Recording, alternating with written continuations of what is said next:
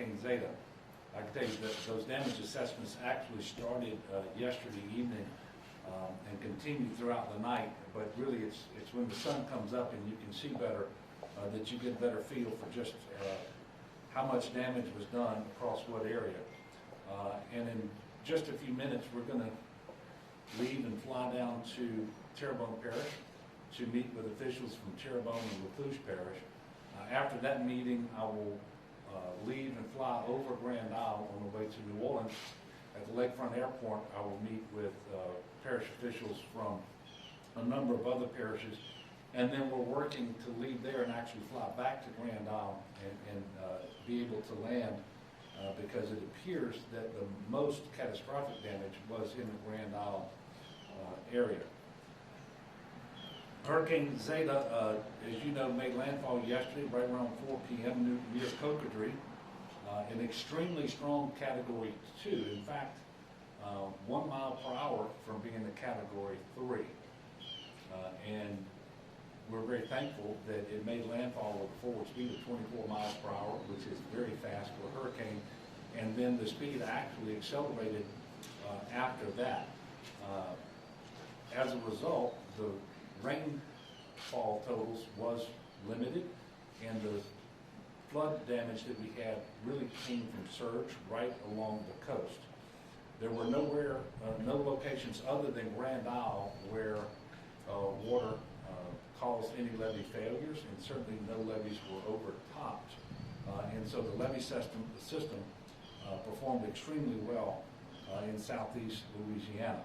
Because this was primarily a wind event, as was predicted, there are lots of power outages across Southeast Louisiana. Currently, it's about 469,000 homes and businesses without power.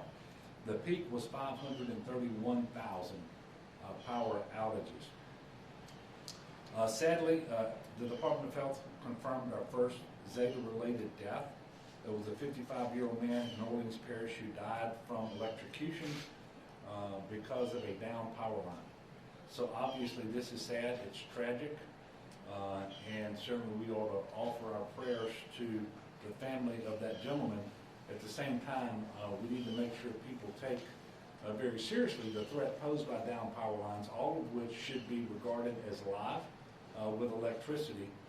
No one should try to move or in any way deal with these power lines. Let's leave that to the linemen and the line crews that are out and about Southeast Louisiana today. Obviously, the wind damage knocked a lot of trees down, a lot of utility poles. There was some limited damage to transmission lines, but most of it appears to be to the distribution lines, the normal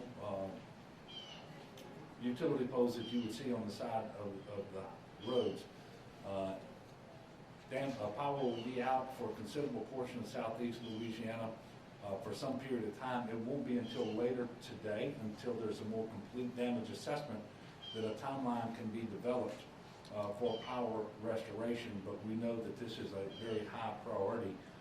I think 96% of Plaquemines Parish right now is without electricity. It's about 2/3 of Orleans Parish, and more than 80% of Jefferson Parish and some of the other parishes. The National Guard has more than 1,940 guardsmen activated in support of emergency operations. Urban search and rescue operations are underway. They're also engaging in route clearance, but also delivering generators and taking additional requests. And we're awaiting requests for points of distribution, so that in those areas where they're going to be without electricity for a few days, we expect that we'll be delivering food and water, ice, tarps, and those sorts of things. The one levee breach was reported in Grand Isle. The Burrito levee on the Gulf side had 3 breaches. CPRA is now down with local officials, including Mayor Carmadale and the Corps of Engineers, assessing those breaches, and they are working to make repairs just as quickly as possible. We do have pumps on site in Grand Isle to assist in dewatering Grand Isle. CPRA is tracking 689 gates across coastal Louisiana. 319 gates remain closed. That's up from 290 that were closed yesterday. A number of floodgates have begun reopening this morning, and that will continue as conditions allow. There are currently 22 state roadways that are closed due to water or debris. Crews are out removing the debris where it is safe to do so, and as you know, we use professional linemen and their crews in order to remove power lines. But our DOTD crews are out assessing the damage, and there could be more road closures. They're also doing inspections where inspections are warranted, because we know, for example, in the Lafitte area that there were vessels that were dislodged by the wind and actually collided with the Kerner Bridge there. And so there are inspections taking place across Louisiana as well. Right now, we do ask people not to go out on the roadways. It is exactly the wrong time to go sightseeing, because search and rescue is underway. First responders need to be able to respond to calls that are coming in. As we speak, we also have a considerable number of down power lines and so forth. So please stay off the roads. When you do need to get out and about, you should check 511la.org to get the latest information on road closures so that you can plan your route. As of this morning, 3,394 Louisianans are being sheltered. Only 76 of these are Zeta evacuees, and they are all sheltering in local shelter facilities. None of those 76 are at the state level. Depending on power restoration and the extent of damage, that number could be higher or lower. Tonight, we just don't know how many additional people, if any, will need sheltering. But individuals who do need sheltering should look primarily to those parish shelters. So call your parish offices of emergency preparedness for sheltering information. The remainder of those Louisianans who are sheltering are doing so because of Laura and Delta, and those numbers basically did not change from what I gave you yesterday. With so many people without power and with the cooler weather, I anticipate that there will be a lot of households out there using generator power this evening and maybe for the next few days. Please do so safely.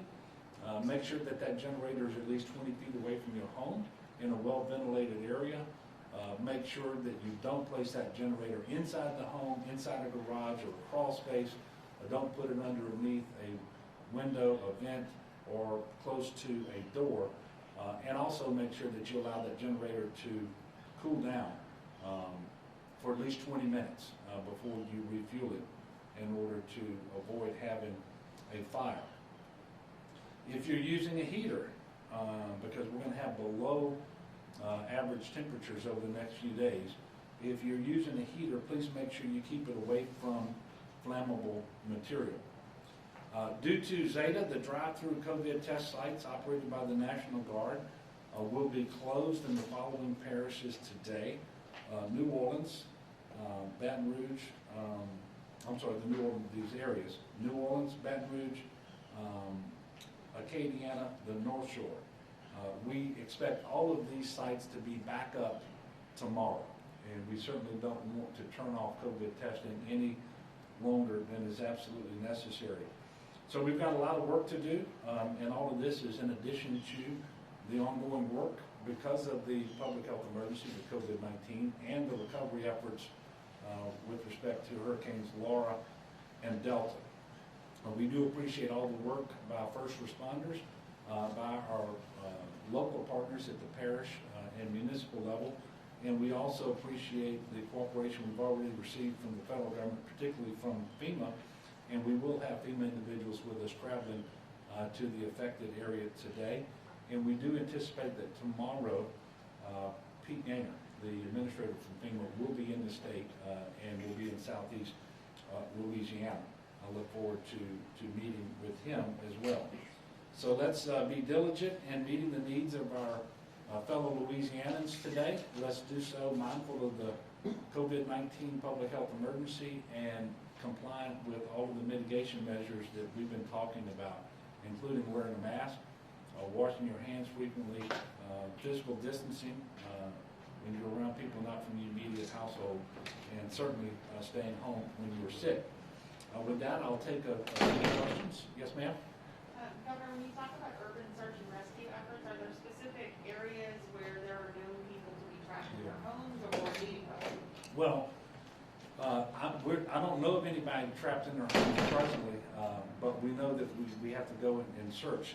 And the closer you get to the coast, the more destructive the damage is to structures, and that includes homes. And so we always go and check on those homes, whether we've received a call from them or not, because if someone's injured in their home, they may not be able to get to their phone. And so that's just something that we always do. We do a primary search, and then we come back with a secondary search later. And I will tell you, it's been very difficult to get search and rescue assets into Grand Isle because Highway 1 was flooded. There was an oyster vessel that was actually on the interstate, on the highway, that was blocking traffic. And it appears that in the very near future, if it hadn't already happened, we'll be able to get some people by roadway into Grand Isle. I instructed the National Guard earlier today to fly some assets into Grand Isle in order to do the search and rescue. We do know that yesterday, actually while the winds were still blowing from the hurricane, we were able, and I don't know exactly which agency, so I don't know if this was a state agency or local agency, responded to a mobile home in La Rose that had been overturned. 2 individuals were in that mobile home. Both had to be transported to a hospital, one with broken bones. And so that search and rescue actually happened yesterday while the storm was still passing. And so we don't know exactly what the need is out there today, and that's why you always go out and you do that primary search. And you don't only go to the places where you receive calls for help, because if you do that, you're liable to miss a lot of people who really need some assistance. Yes, sir. Hey, Governor, so how do you expect these outages to affect election procedures? Yeah.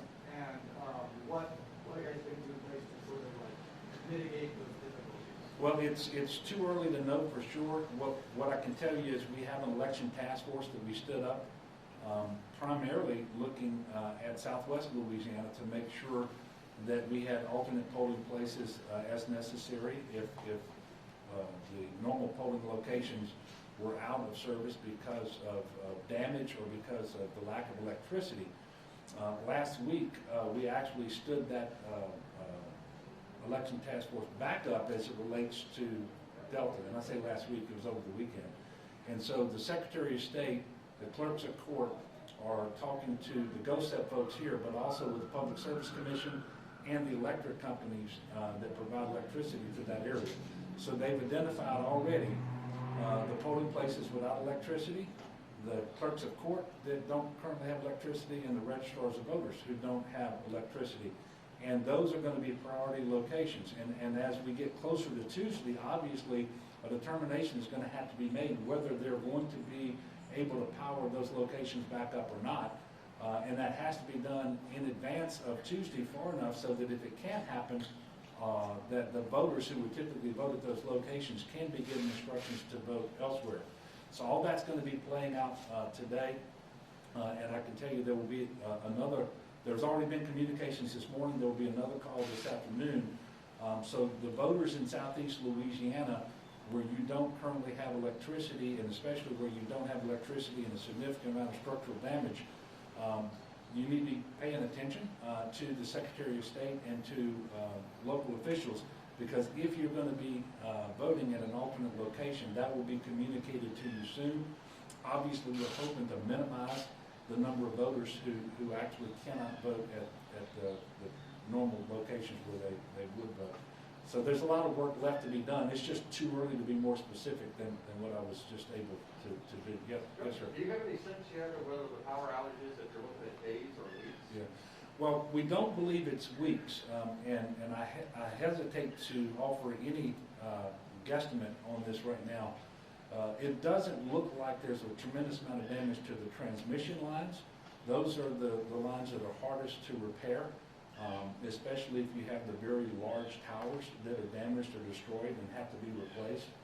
It appears that the vast majority of damage are on the distribution side, and again, these are the utility poles that you would typically see on the side of the road, and they can be replaced much more quickly. We do have several thousand linemen that are in the state and the Southeast Louisiana working starting today, and we're going to be bringing back additional line crews that had actually gone to Texas and elsewhere in order to deal with an ice storm and the impact that it had on electricity services in those states.